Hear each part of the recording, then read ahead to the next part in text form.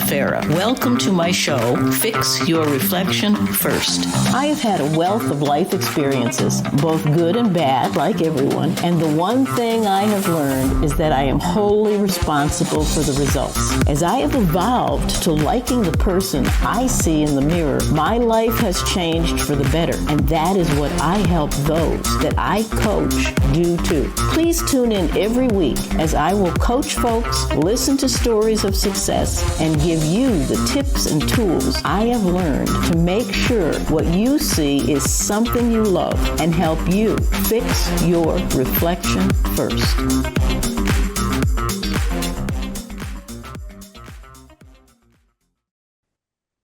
Welcome to Fix Your Reflection First and Live Your Best Life Ever. I'm your host, Rhonda Farrah, and this is Transformation Talk Television Radio Network. We are live, so if you have some questions or there is something on your heart and mind, please feel free to call in. Our number is 800-930-2819. Our program, Fix Your Reflection First and Live Your Best Life Ever, is dedicated to awakening hearts, minds, and most especially spirit to our innate power from within, our authentic power, the power to thrive and not merely survive. So wherever you are in life, if you are not living the life you want to be living, the life you desire, perhaps the life that you dream about, you have come to the right place. So happy that you joined us today as we explore how we may be more mindful and make better choices to live our best life ever. And today we have a very special guest, Dr. Joe Vitale. And many of you know Dr. Joe Vitale. However, it's my honor to introduce him now. Dr. Joe Vitale is a globally famous author, marketing guru, movie, TV, and radio personality, musician, and one of the top 50 inspirational speakers in the world. His best-selling books include The Attractor Factor, Attract Money Now, Zero Limits, and his latest releases, The Miracle, 6 Steps to Enlightenment, and Anything is Possible. A popular leading expert on the law of attraction in many movies, including The Secret, Dr. Joe Vitale discovered the missing secret not revealed in the movie. He's been on Larry King Live, The Big Idea, CNN, CNBC, CBS, ABC, Fox News, Fox and Friends, and Extra TV. He's also been featured in the New York Times and Newsweek. One of his accomplishments includes being the world's first self-help singer-songwriter and has been featured in Rolling Stones magazine. To date, Dr. Joe Vitale has released 17 albums, and several of his songs were recognized and nominated for the Posse Award, regarded as the Grammys of positive music. Well known not only as a thinker, but as a healer, clearing people's subconscious minds of limiting beliefs, Dr. Joe Vitale is also an authentic practitioner of Ho'oponopono, certified Reiki healer, certified Qigong practitioner, certified clinical hypnotherapist, certified NLP practitioner, ordained minister, and doctor of metaphysical science.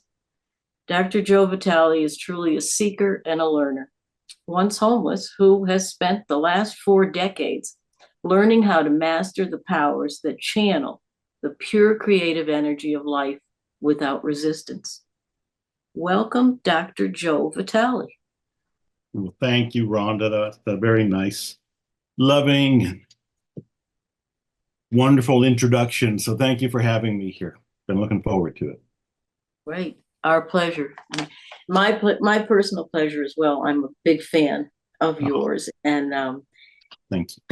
Talk about attracting. I put that out to the universe about 2.5 months ago. And I got a call from a colleague that said, guess who's going to be on your show? And here you are.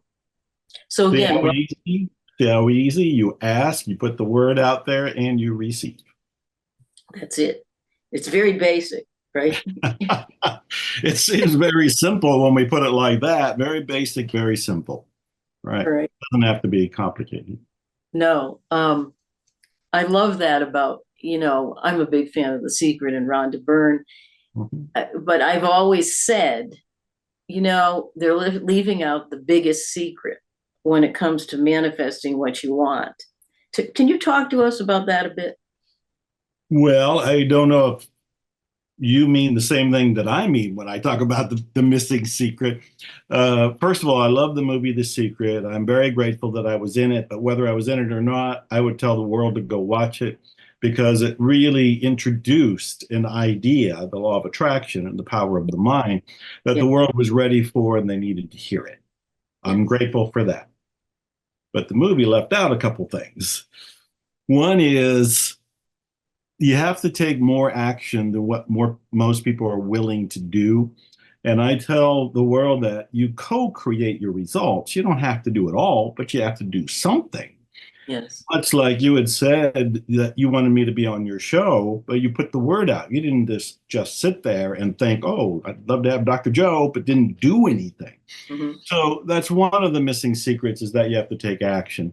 The bigger one to me is you have to get clear of the hidden beliefs that are Hmm. stopping us from having what we want. It's one thing to state it as an intention. I love intentions. I get on soapboxes and tell people to state their intentions. It makes a difference in your life. But if you don't look at your counter intentions, which are the hidden operating beliefs that may not want you to have what you want, then you're going to struggle with this. Then you're going to have problems. So to me, the missing secret is essential. This is Hmm. discovering do you have blocks? And if you do, let's get rid of them. Once you do, you can accelerate as a direct shot right to manifesting your desire, your intention. Yes. Those blocks sometimes I refer to as being stuck. What Hmm. what what keeps us stuck? I mean, we call them limiting beliefs, but what is that at the core? Well, the limiting beliefs are things we usually inherited. We didn't choose them and say, oh, I'm going to start believing this. We are born into a world of beliefs. Each of us is born into the belief system of our parents. And I've often stood on stages and said, were your parents Mr. and Mrs. Buddha? And everybody kind of chuckles because no, they all had their own hangups. They had their own baggage. And we download their baggage before we even know what we're doing. We don't even know our name. We don't know how to walk. And here we are downloading limiting beliefs from people who are living out their own limiting beliefs. Hmm. So we come in and Yes. we download them immediately from our parents, but we also are acquiring beliefs from the culture we're in. I was born in Ohio. Had I been born in Africa or Poland or Italy, my upbringing would have been completely different. But what does that mean? I would have been surrounded by different beliefs in the culture itself.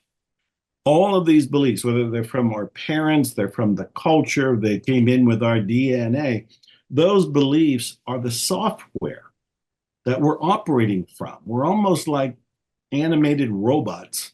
And the Hmm. belief, the wiring we acquired was from our parents, who were robots to begin with, and the culture, which was full of robots. And then we end up being robots and living out these limiting beliefs until, if we're lucky, we see a show like this, we see a movie like The Secret, we run into the books, many of which I might have written, or some of the great success literature that's been out there for a very long time. Hmm. And there's the opening. There's the door that cracks open and says, you can live a different way once you change these limiting beliefs. Yes. So, was there a particular point in your life where your journey began, your spiritual journey, your going within journey, the authentic power? Could you speak to Yeah, it? that's a great question. I'm in my 70s now, and I look back, and even as a kid, And you're talking about just before being a teenager in the early teenage years. I Mhm. was reading a lot of books that were around metaphysics and psychology and philosophy and spirituality. I don't know that I understood them, but I was reading the books because I was on a spiritual quest. I knew when I looked around that I saw unhappy people and I saw I wasn't particularly happy. I, in many ways, was traumatized, and I thought there's got to be someplace safer and someplace happier because it Sure. doesn't seem to be here. And I began that inner search with some of the early metaphysical spiritual books, The Secret of the Ages and The Mystic Masters and The Magic of Believing. Some of those books were my friends Mhm. early on. So I would say my spiritual seeking began pre-teenage and is still with me. I still am a seeker. Okay.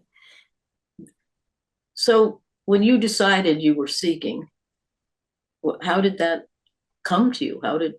Did you have an aha moment? I call them aha moments where when I'm in my godling self, which is Right. hopefully more than just merely my earthling self, I have these aha moments. Yeah. Yes, I love aha moments. I live for the aha moments. And I've been wanting to write a book called Aha and just kind of put in there all of the aha moments from my own life. I remember as a kid when I came across hypnosis. And I remember I'm a kid. This is in the 1960s. And nobody else is doing hypnosis in a little town in Ohio where I was born and raised. But I was coming across books like hypnotism and self-hypnotism. Yes. Where is this place that's better than where I was?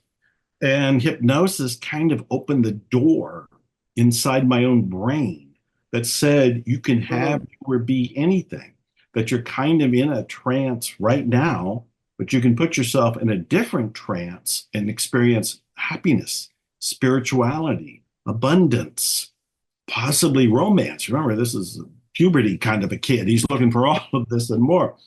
And so I would say one of the first ahas was discovering hypnosis. And that was big. In fact, my company is called Hypnotic Marketing even today. And I ended up writing books like Hypnotic Writing, Hypnotic Marketing, Hypnotic Selling. So hypnosis became a very big part of my life. But the first ahas was as a kid reading, and I think it was Self Hypnotism by Leslie Lee Cron, if I remember the name right, from, from the 1960s, early 1970s. And I'm kind of chuckling thinking back because that aha experience was empowering. Yes. It let me feel like the little Joe could become a superhero kind of a Joe, a super dynamic kind of a Joe, almost a superpower kind of a Joe with things like hypnosis. That was, wow, that was huge for me. I still love hypnosis today. I still use hypnosis today. And I remember saying on, I think it was the first time I was on a show, we're all in a hypnotic trance. Right. And the people watching right now, they're in a trance. They don't think of it that way. But if they think that they're kind of locked into being a housewife or a mother and they can't do much of anything else, or if they are locked into a belief that says this is my calling or my destiny, that's a Mhm. trance. That is a Okay. trance of limitation, and it can be Yes. changed with consciousness and awareness from the inside out. Okay. Right. Who who were your greatest mentors? I mean, you mentioned the books. Yeah, yeah. I love mentors. You have no idea how that makes me giddy because I start thinking about all these wonderful people, most of which I never met. As a little Right. kid reading their books, I would write to them. Way back Mhm. then, remember, there's no internet or anything back then. And so you go to the public library, and there was something called Who's Who. And the Who's Who book was a giant, like 1,000 pages in multi volumes of all the great people of the world and their addresses. Just so cool. Right. I I remember I wanted to be a heavyweight boxing champion at one point, and Jack Dempsey was a historic legend, and he was still alive. And I found his address and I wrote to him in the 1970s. And he wrote back. I still have the photo that he signed to me. It's actually right over there Mhm. in 1970 when I thought I was going to be a magician. because I loved Harry Houdini, but Harry Houdini had passed on by then. Mhm. I wrote to somebody who knew Harry Houdini, who was a famous author by the name of John Mulholland. And John Mulholland wrote back a 2-page letter. I'm a kid. He doesn't know me. I would never meet him. In fact, he would die the next year. He Mhm. wrote a 2-page letter to me that I still have, that it still touches my heart. People like this, whether it was Jack Dempsey or it was John Mulholland, writers. I reached out to E.B. White. E.B. White was the children's author of legendary works. He wrote back. He gave me this run-on 1-page letter that was just so remarkable to me that these people were taking the time to write back. They were all mentors of mine. They mentored me through their books. And if they were alive, I was often driven by inspiration to write them a note. And I don't know that any of them didn't write back. I remember at one point I wanted to be a minister, and Billy Graham was all over the place. I wrote to Billy Graham. Billy Graham wrote back. You expected it. It was like, yeah, why wouldn't he write back? Maybe in your subconscious, you said, Yeah, no, go I'm write just back. a little kid going, well, he wrote a book. Here's his address and who's who at the library. I'll write him. But what can happen? Maybe he'll write back. Maybe he won't. I actually don't remember thinking it was impossible. I just remember thinking, why not? And I've done that throughout my life. When anybody has been a mentor who I hadn't met, I Mhm. try to meet them. In the early days, through writing, as the internet came along, through email, as I became more well known, some of them wanted to meet me, and so it became a mutual admiration society over time. But it's been fun. So at a very young age, you stepped out of your comfort zone, which is where life begins.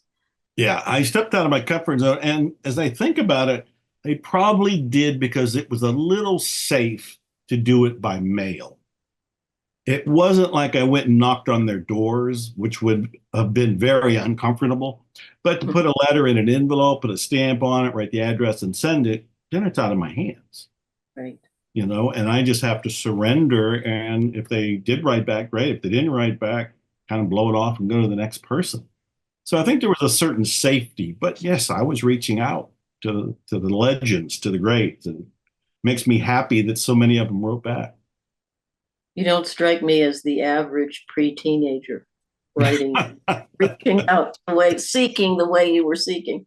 I was shy, immature, insecure, inadequate in so many different ways, afraid to talk to anybody. I was really withdrawn and in fear, and which is one reason that I turned to books.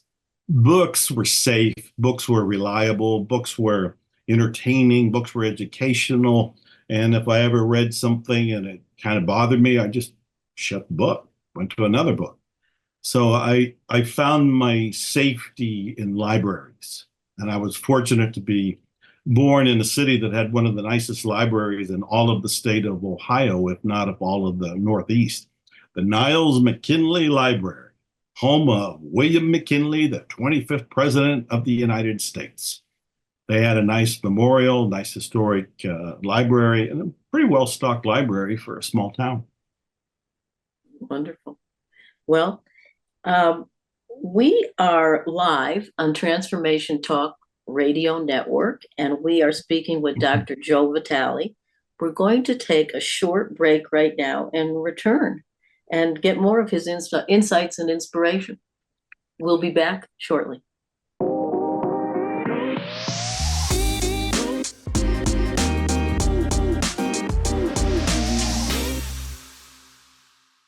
Welcome back, listeners. This is Transformation Talk Radio Network, and this is Fix Your Reflection First and Live Your Best Life Ever. And we are speaking with Dr. Joe Vitale today, a guru in many respects, a seeker, a practitioner of hypnosis and other areas. Let's welcome you back, first of all, Dr. Joe. Thank you for being here. Of course, And let's talk enjoy. about your, you've got a book and a movie now, Hmm. the latest ones. You have previous, yes, but talk Right. to about the latest movie and book. Okay. Well, glad to. I am always creating. Somebody counted the number of books I've written, and they said, Joe, do you realize you've written 90 books? Mm. I'm like, I did? I didn't know. I just write a book and then get an idea, write another book, get an idea, write another book. And then one day somebody says, Joe, you've written 90 books. So the latest book is called Zero Limits Living. Zero Limits Living. And I'm very proud of it because I had an inspired moment. We were talking about ahas. I had Right. a lightning strike of an aha.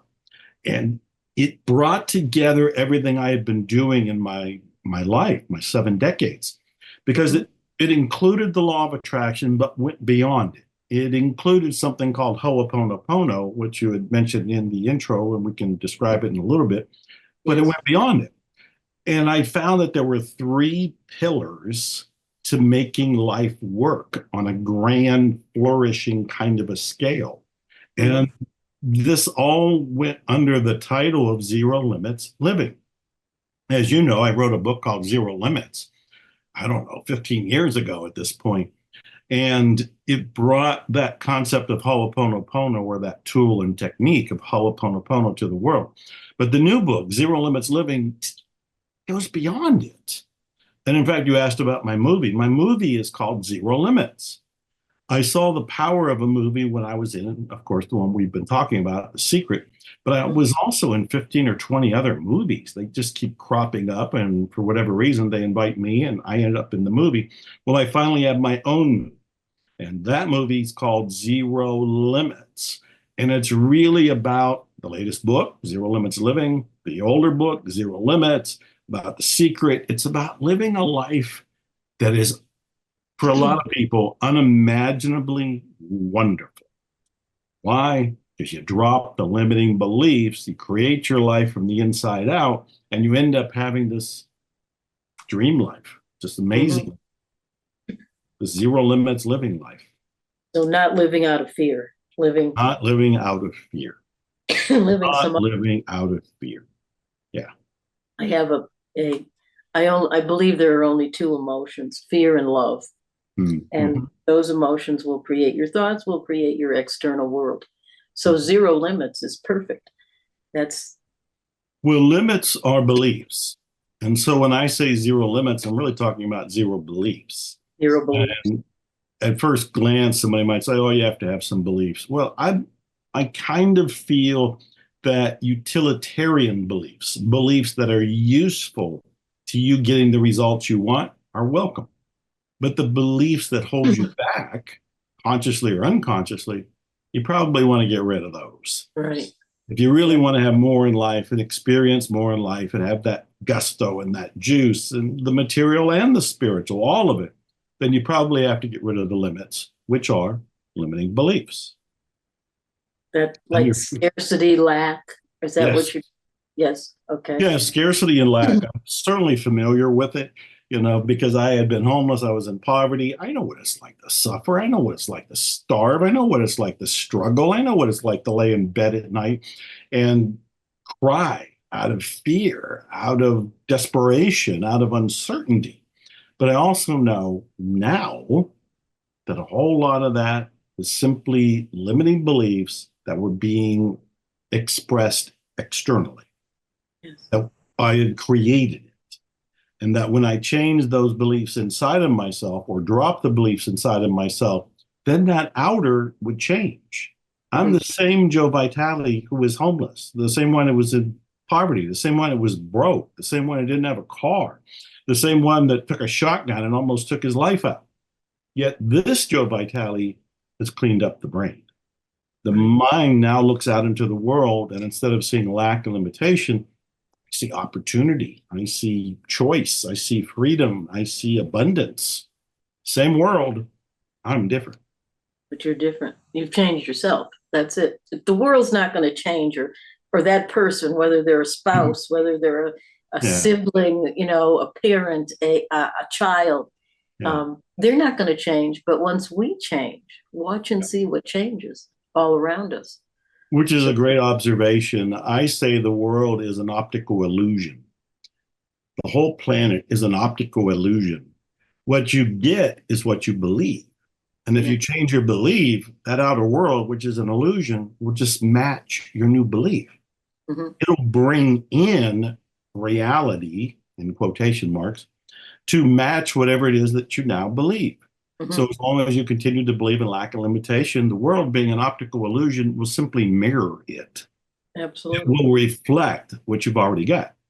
You change that inner to go more with an abundance world.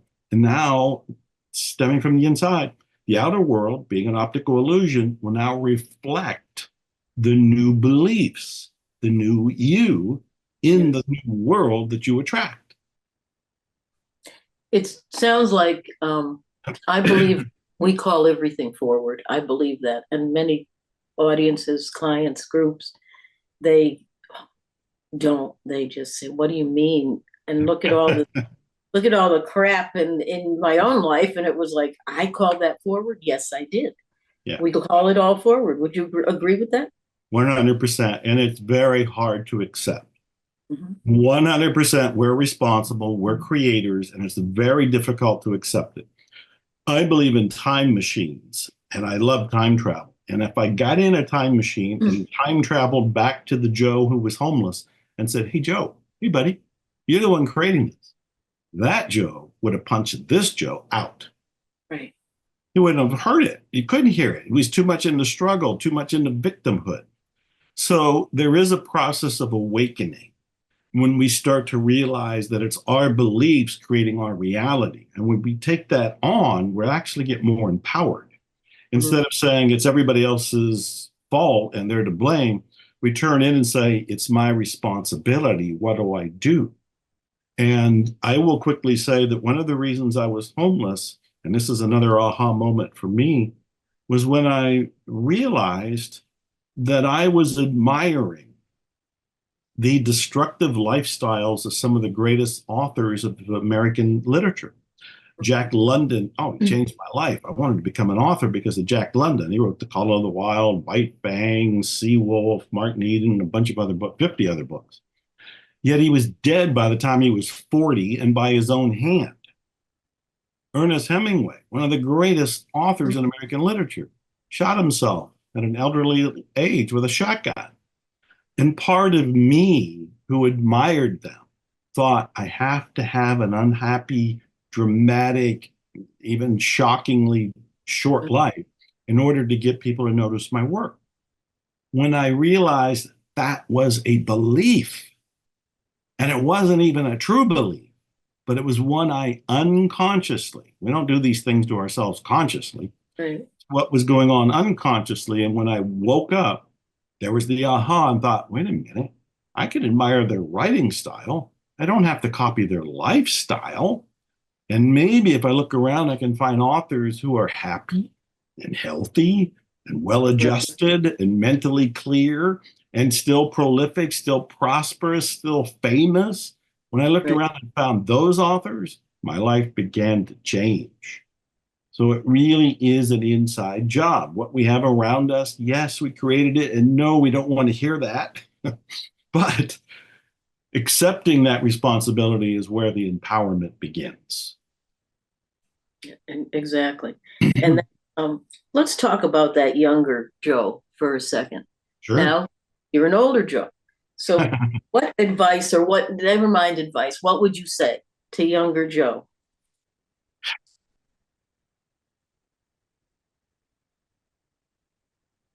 I think what comes to mind is something along the lines of fear less, act more. Fear less, act more. And what I mean is, I was taking action even as a kid, but it was that safe action we were talking about earlier. It Yes. was the safety of being at the time behind a typewriter and just typing things and putting them in envelopes and sending them out. It wasn't the courageous kind of not just typing, but also speaking, Mm-hmm. also interacting with people. There was too much fear for me to do that. I felt too insecure and too shy and too bashful and too not enough in so many ways. I would somehow communicate to that Joe, you're safe. You will learn courage and you will learn skills by stepping out more and doing it by fearing less and acting more. And I'd probably say it's all going to work out, so don't worry so much. Right. That's great advice from bigger Joe to smaller Joe. Well, hopefully it's useful to everybody and not just Yeah. to the two Joes in the room. Yep. Because as we're in our 20s and we say, "Oh, I'll do it," and I'm so young now. I've still got, look at how long I have. Your 30s, okay, same thing. No, I'm okay. I'm good. I'm good. 40s, then 50s, then 60s, you know, Yeah. 70s and beyond. And I know for me, I came to that realization that was like, well, okay, I'm now in my 60s. So here we go. This is it. This is what you have been professing, and this is what you have been teaching, and this is what you have been thinking and feeling.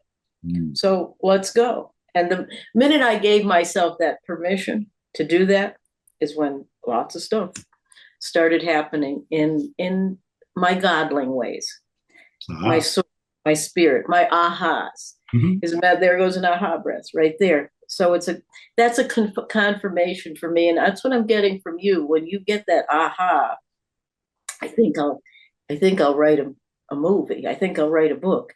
I think I'll go zero limits living. Okay, because I think that's what The Secret tried to Mm. do, but I think that you've really given the blueprint. You've given the formula with that.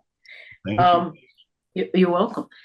I want to talk about Ho'oponopono, Mm. okay, because that's the forgiveness Yeah, that's that huge. and the healing, because I'm a big believer in forgiveness, and many people disagree with me on that too, because forgiveness really gets a bad rap. I have a formula when someone says, "How do I live an empowered life?" What is your life? What do you mean, lifestyle empowerment alchemist you are? Well, as any good alchemist, I have a formula. Gratitude plus forgiveness equals living the life you desire, living an empowered life. So gratitude, we know we can do that. We can handle that to a certain extent. We might get a little lazy sometimes, but forgiveness, again, bad rap. Talk to us about that, forgiveness and the Ho'oponopono. Well, first of all, forgiveness is the single most powerful thing anybody can do right now to transform their life. If there's any kind of problem, any kind of snag, any kind of challenge going on right now, it is directly due to a lack of forgiveness. Very often due to a lack of forgiveness of themselves, because we're usually far harsher on ourselves than we are on other people. But certainly, if we look back over our lives, there's people that we didn't forgive. We've still got some revenge going on or resentment going on. And Mm-hmm. you really have to understand that that lack of forgiveness means your energy that is available to transform your life, is tied up in carrying a sack of rocks on your back. Your energy is being drained every single moment because some of that available energy is all consumed with the past. And if you don't forgive yourself, not only is that energy all wrapped up and you're carrying it around so you can't use it to create anything, but you don't feel like you deserve anything. So even if you decide, oh, I am ready for the love of my life, or I'm ready for better health, or I'm ready for an abundance of money, or I'm ready to be blessed by the great something, you won't feel that way if you haven't forgiven yourself. You won't feel worthy. You won't feel good enough. You'll feel less than. You'll feel sinful. You'll feel damaged. You must forgive. Wayne Dyer, as wonderful of the author and soul he was, he's helped so many people. He had said at one point that if there is some problem in your life, it is due to a lack of forgiveness. You have to go and forgive yourself. And I think it was Buddha or one of the disciples who said, when you don't forgive, you're walking around with hot coals in your hand and you're thinking it's hurting the other person you haven't forgiven, but you're the one with the hot coals in your hand. It is burning you, and it is burning your energy system. So you must forgive. Now, you asked about Ho'oponopono. Ho'oponopono is a Hawaiian spiritual healing technique. I first heard about it with the most amazing story around 2004 when I heard the story of a therapist who helped heal an entire ward of mentally ill criminals without seeing any of them directly. He didn't work on them during traditional therapy. He was at the state hospital for the criminally insane in Hawaii. And he was there, but he made the agreement that he's going to do whatever he wants to do therapeutically. And what he wanted to do was Ho'oponopono. And as he used this practice, the patients, mentally ill criminals who were so dangerous that they were shackled or sedated on a regular basis, they started to get better. Within months, some weren't shackled, they weren't sedated. Months after that, some were being reviewed and released as healed. Within a few years, the entire ward was released and the entire ward was closed down. And I found that therapist. His name was Dr. E. Haleakala Hulen, and he trained me in Ho'oponopono, which is basically 4 phrases that are very gratitude, love, and forgiveness based. And I wrote about it in that first book, Zero Limits, which I wrote with Dr. Hulen. The 4 phrases are as simple as can be. I love you, I'm sorry, please forgive me, and thank you. I love you, I'm sorry, please forgive me, thank you. You say it within yourself as you're feeling whatever the problem, the emotion, the snag, the desire. I love you, I'm sorry, please forgive me, thank you, as you're feeling what's going on inside of you. And you're kind of addressing it to your connection to the great something, which is my phrase. It could be the divine, which was Dr. Hulen's phrase. Could be God, could be the cosmos, could be nature. There's all kind of phrases for this higher power. But the I love you, I'm sorry, please forgive me, thank you is kind of a shorthand prayer, shorthand petition to your connection, asking it really to clean you up. And when it cleans you up, meaning taking care of the limiting beliefs, whatever's going on in you, that inner wiring, when it cleans you up, the outer will begin to reflect.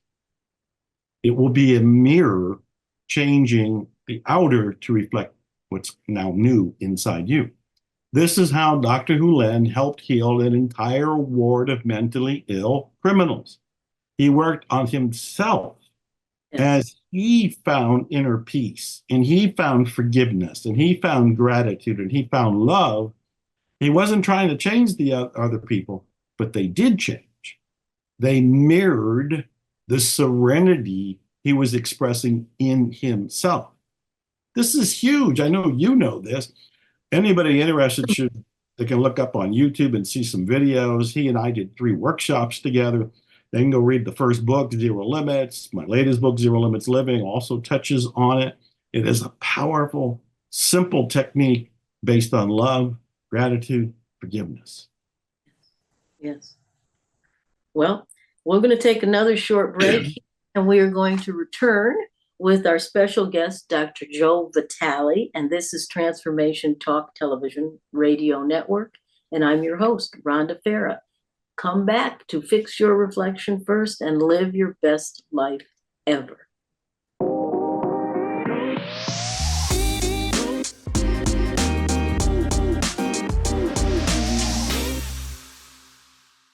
Welcome back to Fix Your Reflection First and Live Your Best Life Ever. We have special guests with us, Dr. Joe Vitale, and we are talking about Zero Limits Living, which is his latest book and a movie that he created as well.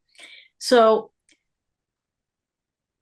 you've got, you have such an impressive, for lack of a better word, impressed the awards and the just what has come from your heart and your mind that you've created. What is the Napoleon Hill Institute and what is your role there? Well, the Napoleon Hill Institute is based on the legacy of Napoleon Hill. And he wrote Think and Grow Rich, of course, but he wrote so many other books, including one I highly recommend everybody go read besides Think and Grow Rich. and that's called Outwitting the Devil. Outwitting the Devil was not published during Napoleon Hill's time. He thought it was too controversial. And it ends up being the greatest book he's ever written, and maybe one of the greatest books ever written by anybody at any point. So Napoleon Hill was a hardworking, practical philosopher, and he left a legacy. And part of that legacy is the Napoleon Hill Institute. Mhm. And the Institute is dedicated to coaching in the spirit of Napoleon Hill. So anybody that wants to learn how to apply the science of achievement, which was Napoleon Hill's, or Mhm. any way to create practical miracles, which is what Napoleon Hill talked about, or how to apply Think and Grow Rich, you go to the Napoleon Hill Institute and apply for some of the coaching. And after you've gone through it, you can even be a certified Napoleon Hill coach. A few months ago, the Institute came to me and invited me to be the president of the Napoleon Hill Institute. And it was one of the most flattering moments of my life because I reflected back. I read Think and Grow Rich in 1970, and I was broke. And I was broke after it because I didn't know how to apply it, and I didn't have a coach, and I took forever to get anywhere. But obviously, I learned to apply the material and get to a level of success that the Institute noticed. And so they invited me to be president, and I proudly said yes. And so I'm helping to steer the Napoleon Hill legacy, at least when it comes to Napoleon Hill style coaching. Yes. And the mindset associated with that.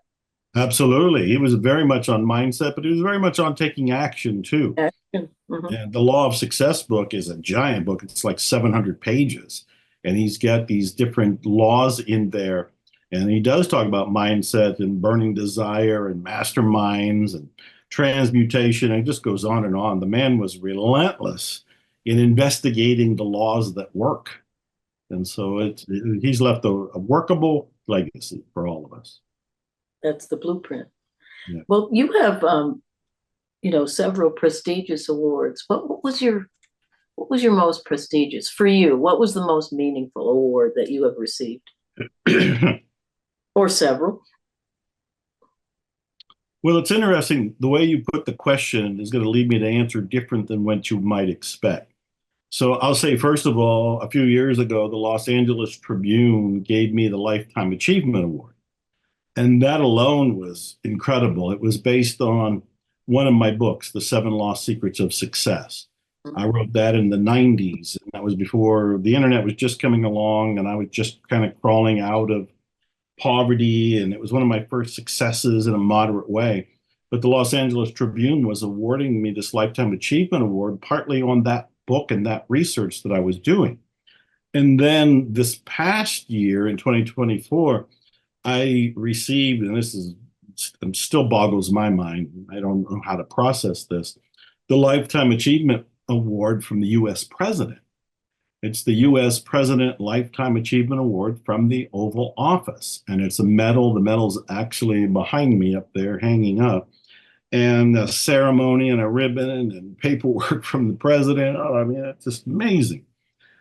But you asked the question, what has been the most significant or most meaningful? Yes. And during my love and hate with bodybuilding and fitness and all of that, I went into a fitness program 3 times with Bill Phillips. And he had created the Body for Life program back in the early, yes, 90s, Mhm. 2000. Anyway, I finished and completed and won 3 medals, and they were presented to me by Bill Phillips. And I have this photo of me holding one of the medals and Bill Phillips holding my other hand. And I'm looking fit and I'm radiant and I'm so proud because I did the work. And the man that I saw, another one of my mentors, Bill Phillips, so admired, was the one acknowledging my success and giving me that medal. So that's the one that really kind of crawls into my awareness and goes, man, look at me. That was a big win. Yeah. Yes, the US president, that's incomprehensibly wonderful. Los Angeles Tribune, how did they acknowledge me? And I accept. But the fitness awards, the transformation contest, 3 of them, that was huge. Yeah. That is huge. The I mean, you are such the example of if you want it, if you really want it, you Yeah, can get, you can do it. You can do right. it Yeah. if you want it. And I'm not even going to use the word bad enough. If you want it, if you desire to live a certain way, it's a way what it, again the way that you may dream about. Yes. It's yours. Yeah. It's yours. Come and get it and take the action. I'm actually wearing a shirt that people probably can't see what's on it, but it says the Napoleon Hill quote, which says, it's also behind me, probably can't see that either. Whatever the mind can conceive and believe, you can achieve. I so love that quote. I wish it were mine, but it was Napoleon Hill's, and he put it in Think and Grow Rich. So Mhm. let's look at that. Whatever the mind can conceive, that just means, is it possible in your head? Yeah. Can you just conceive of this thing that you might want to have or do or be? Just conceive it. Don't even have to go beyond it. Just conceive it. The second part is, can you believe it? And that's where you have to look at, do you have limiting beliefs about what's possible? Because if you can conceive it, it's a possibility, and you Mhm. can believe that you can create it. And the third aspect that Napoleon Hill said was, then you can achieve it. You're lining up all the elements for success. Yes, you'll have things to do, and yes, you'll have to co-create it, and yes, you may have to wait a little bit as you make the progress to it, but you can do it. It's entirely possible. Let's talk about how people can engage with you these days. Yeah. Well, thank you. I am very active on social media, especially Instagram. I post original content there almost every day, Mhm. probably every day. And I'm Dr. Joe Vitale, DRJOE VITALE. So they can find Dr. Joe Vitale on Instagram. They can find me on Facebook. And I have lots of websites. Mhm. The guess the easiest one would just be drjoevitale.com. My nickname is Mr. Fire. You can always go to mrfire.com and get there. All of my books, I think they're all on Amazon. So if somebody went to Amazon and poked around under my name, you'd find Mhm. Zero Limits Living and Anything is Possible and The Miracle and long, long list Mhm. of books. So a little research and you can find me. I'm not hiding. I've been on the internet since the 1990s.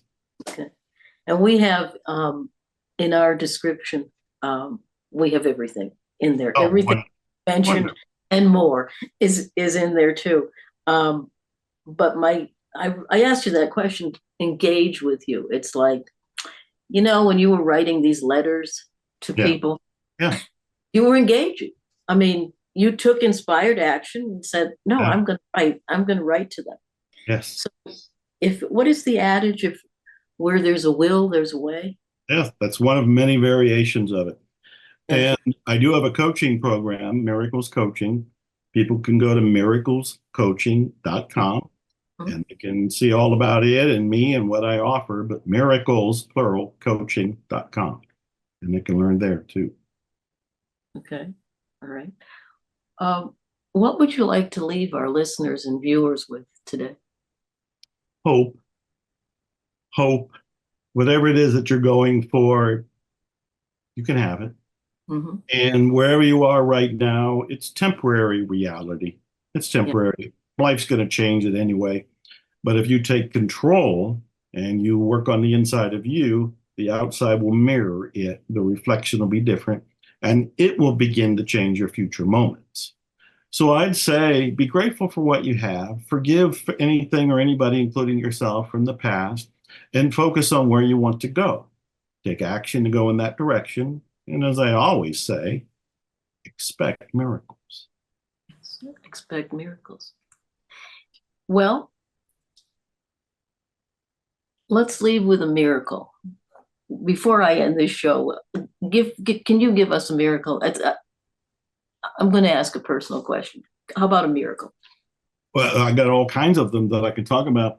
The very first one that comes to mind was when I went to Thailand the first time. I met a young man who 15 years earlier had been homeless. He was on the beaches of Thailand and he was starving. And he called back in Sweden, which is where it was from, and asked for help. And the friend he called said, I'm not going to send you any money, but I'll send you a book. And he got the book, and my friend in Thailand was mad because he's starving, right? He doesn't want a book, he wants money.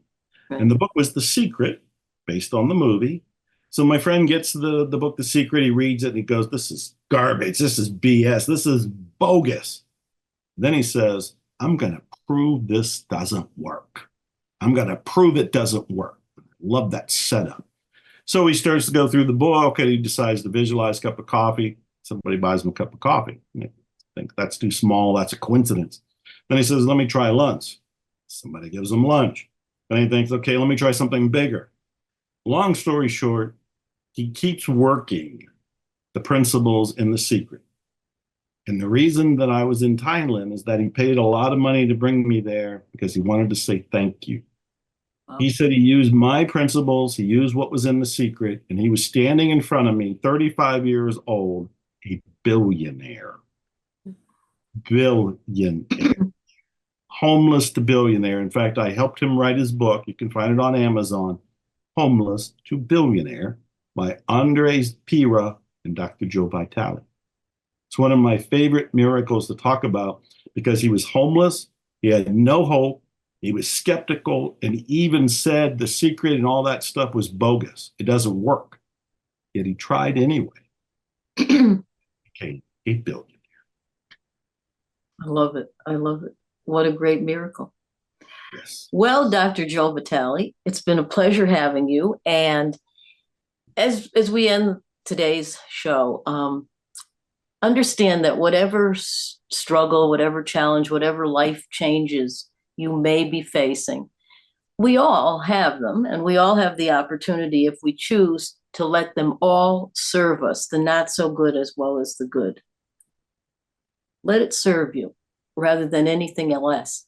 And so whatever tunnel you happen to be traveling down these days, that light is not a train at the end of the tunnel. Trust me, I know. That light is the way, it's the guidance, it's the opportunity to move forward and be the best version of yourself.